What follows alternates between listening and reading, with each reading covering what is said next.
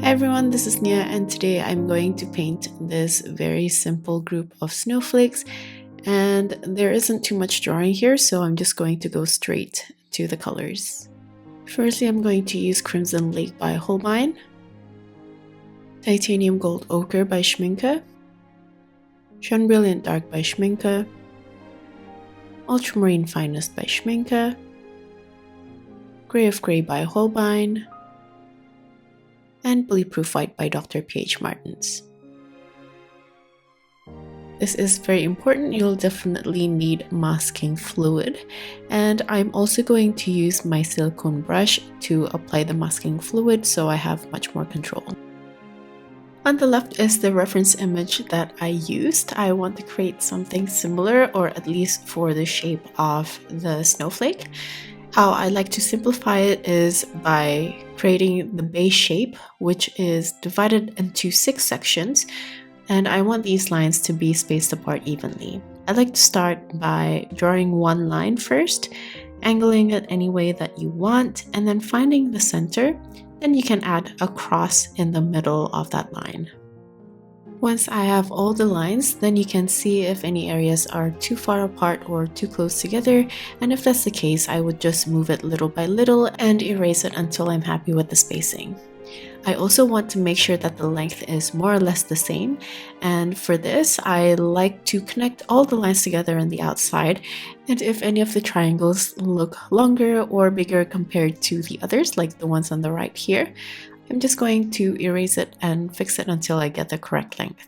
Once I'm done, I'm going to erase the lines that connect the sections together, and I'm just going to go straight in with my masking fluid. In terms of the design, I'm just going to use the masking fluid and draw it or paint it on freehand. However, if this is something that you're not comfortable with, feel free to sketch it out with pencil before putting on the masking fluid.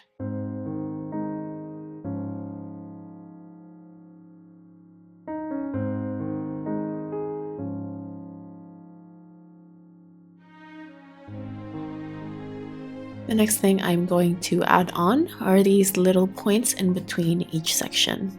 For this one, you can see in the reference it's filled in, so I'm also going to fill it in with my masking fluid.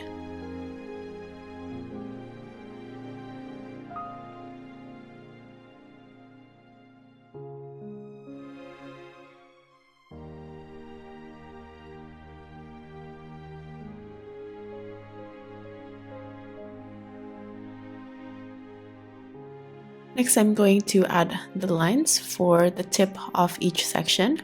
And for this, I like to imagine the lines that I drew out earlier to connect the triangles. And I'm going to place the lines until it almost reaches the end or the base of the triangles.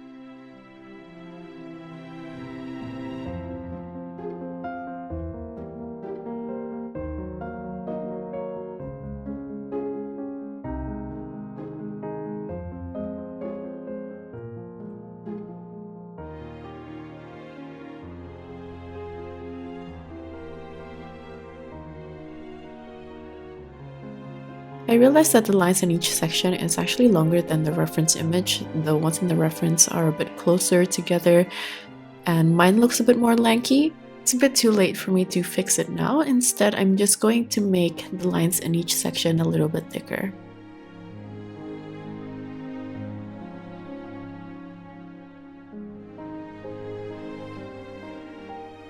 Since I have a bit more space, I decided to add more arrow lines at the bottom, but I soon realized that they look better connected together, so it kind of adds on to the design. I'm also going to thicken the end slightly. You can see in the reference that there are smaller snowflakes, and I'm going to add these as well. I started by just drawing out the lines, but instead of adding the intricate design, I'm just going to add rhombuses at the end of each section, then connect it all together in the middle.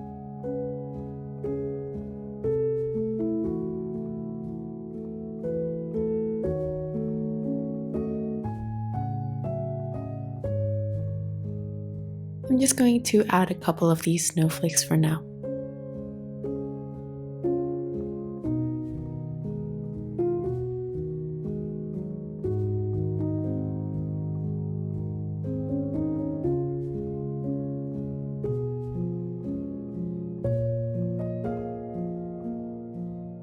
After this, I'm going to add smaller snow bits, and these are just random blobs that I'm going to place around in different sizes. They're either circles, ovals, or just any random shape. I'm just going to add a few. I know there is still a lot of space left, but I'm going to add a second layer of masking fluid. So next I'm going to paint, but I do want to make sure that every single part of the masking fluid is dry before painting anything over it. I like to start by dampening parts of the surface. This doesn't have to be even. Some parts are a bit wetter than others, and some parts I just added little water blobs. And in terms of the color in the background, I like to add some purples, blues, but most of the colors that I've picked are very soft and pastel. This is completely up to you though. I just wanted to steer away from the usual blue swatches. But if you like blue or you have any other colors in mind, you can also go ahead and play around with the color combinations. I'm just going to let you know my color mixes in case you want to recreate the exact same color combination. For the pinks, I use a mix of Crimson Lake with Jaune Brilliant Dark and Ultramarine Finest.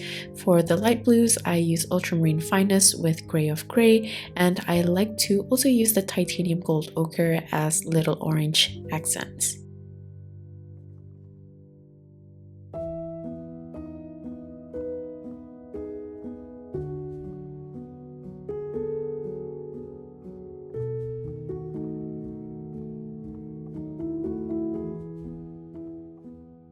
I want the feeling of this painting to be a bit more loose, which is why I didn't mask off the sides of my paper. However, if you want a cleaner frame, you can just tape off the sides before you start painting.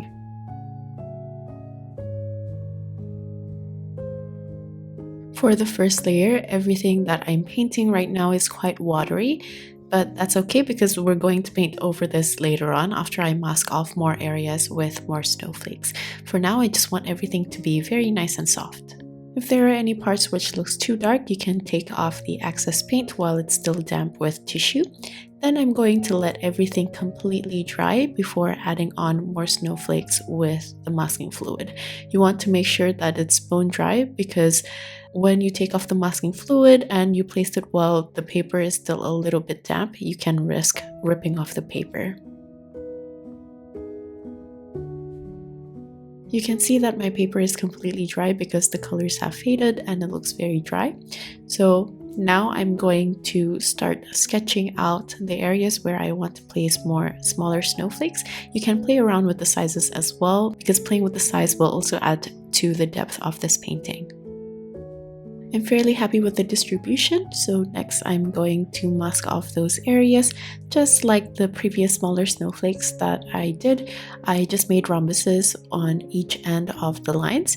And though some of the lines are longer, you can still play around with the distance of where you place the rhombuses and the size of the rhombuses to make smaller snowflakes or larger ones.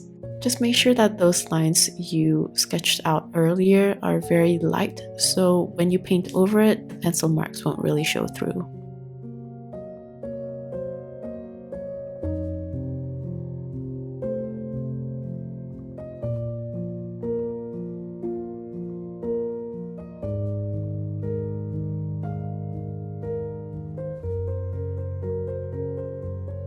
To make very small snowflakes, it's very difficult to get the exact shape, so instead of rhombuses, I just add little dots and then connect them all together in the middle so it kind of looks like a flower.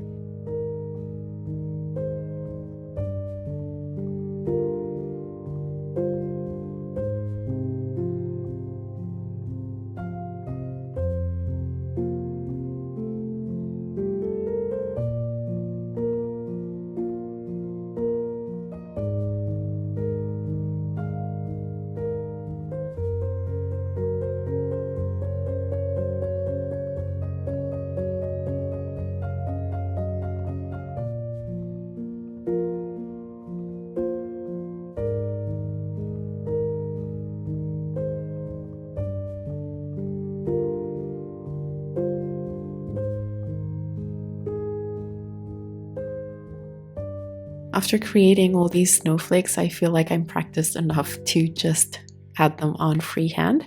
So since there's still a little bit of space left, I'm going to add a few more.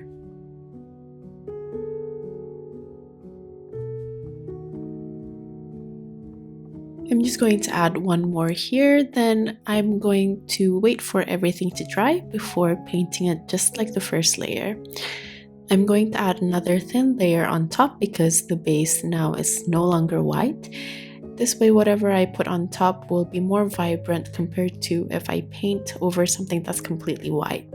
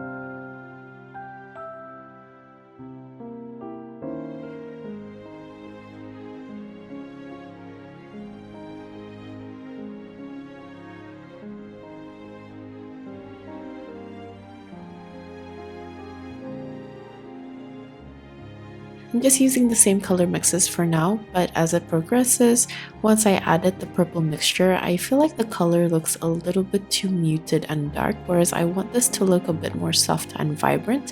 So instead of using the mix of Crimson Lake Ultramarine Finest and Jaune Brilliant Dark to create the purple pink, I'm going to use Gray of Gray in place of the Jaune Brilliant Dark to make the color look a bit more vibrant. And at the very end, I'm also going to add more pinks just from Crimson Lake and Gray of Gray. I'm just going to dot it in randomly along with the Titanium Gold Ochre. I'm feeling quite happy with the colors, and it does look fairly dark, but it will be much lighter when it dries off. After this, I'm going to let everything completely dry. You want it to be bone dry, not any damp surfaces left on the paper, because I'm going to be taking off the masking fluid. I'm just using my finger here to rub it off, and the masking fluid is fairly sticky. This is why it's very important for the paper to be completely dry, or else you'll risk ripping off damp paper. You see that for the snowflakes that we added on top of the painted base, the snowflakes aren't white, instead it has a really light purple tint, and this will really help with the depth of the painting.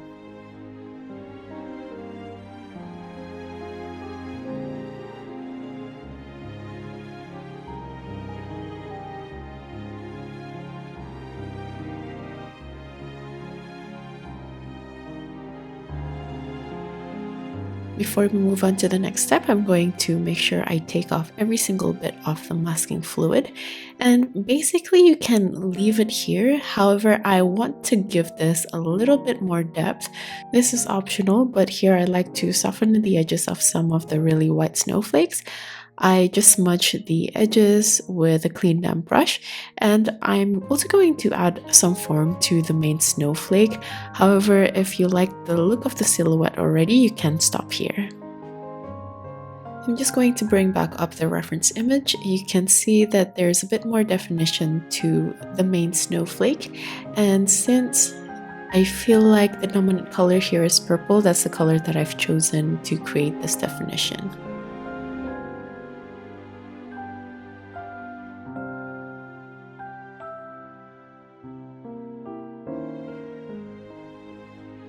It's completely up to you how far you want to add the details. I personally want to add slightly finer ones, but I generally like to use quite light colors so the details are still subtle and it doesn't take away from the rest of the composition.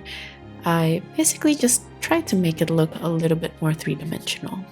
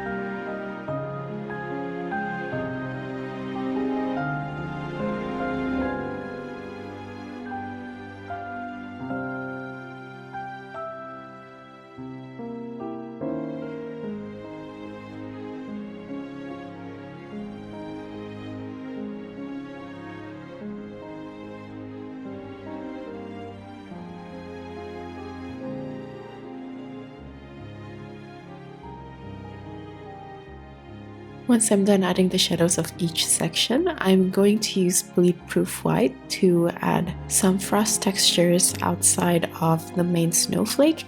I'm just creating really thin lines. You can also switch to a smaller brush for this.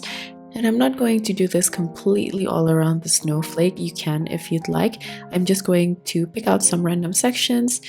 Personally, I just want the edges to look a tiny bit frosty without having completely solid lines for the snowflake.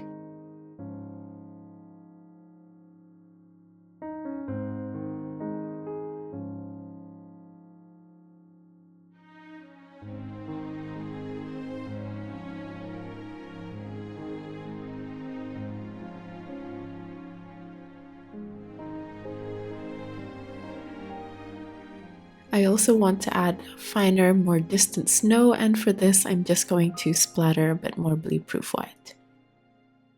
After adding some splatters, I was a bit too scared of splattering a bit too much without much control, so I decided to add some more blobs or dots manually. I'm just going to add a little bit more, and that's basically it. It's actually very simple, but there's a lot of waiting in between. Despite that, I found it really fun to paint around and play around with the masking fluid and negative shapes. I hope you enjoyed watching the process. Let me know in the comments if you give this a go with some variations.